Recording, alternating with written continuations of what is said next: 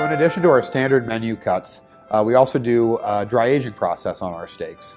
Not every steak we have is dry aged. It takes a specific spec as far as what we dry age. Everything we do is bone-in cuts, whether that is what we call an export rib, which is a trimmed bone-in ribeye, bone-in New York strip, or bone-in filet mignon. Those all go into a controlled environment that's a time-tested technique that utilizes Himalayan pink salt bricks to really ionize and purify the aging environment.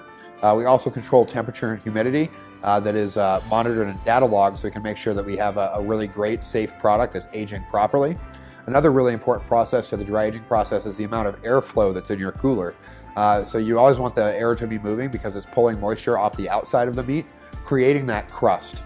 And the crust, or the scab that we call it, actually helps to seal in the meat. I kind of like to think about it as like a nougaty center. We're actually utilizing bacteria in this aging process that are really going to accentuate the flavor of the steak as well as tenderness. This is opposed to wet aging, which just occurs in a vacuum bag or what we call an anaerobic environment. The dry aging really gets a nice nuttiness to it. Everything we do in-house is typically a minimum 30-day dry age. However, we do specialty cuts anywhere from 30 days all the way up to 1 full year, depending on what the event is.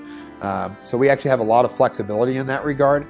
And it's not just beef either. We do dry aged pork. We've utilized some different processes as far as how we can flavor our dry age. One of the things we do is a whiskey dry aged ribeye, where we actually wrap that in cloth that's soaked in bourbon through the dry aging process. So it actually kind of soaks into the meat as it's curing. The process takes a lot of time and it takes a lot of love and energy, and you end up with a lot less meat when you're finished than you had when you started.